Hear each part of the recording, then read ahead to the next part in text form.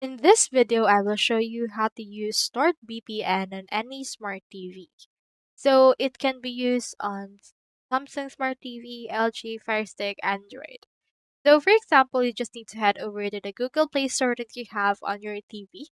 If you have the Android operating system or the Tizen OS or LG Web OS, you can head over to the web store or the web app from there and you should be able to find in here this. So just click over right here to the search bar and search in here for NordVPN.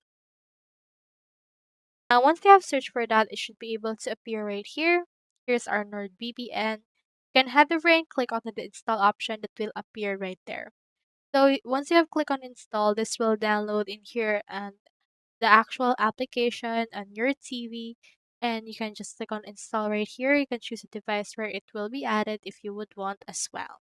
So from there, you can actually install it. And in order to use it, you just need to log in or sign up your NordVPN account and then connect to any country that you want to connect to. So that's how you use NordVPN on any smart TV. Hope we help.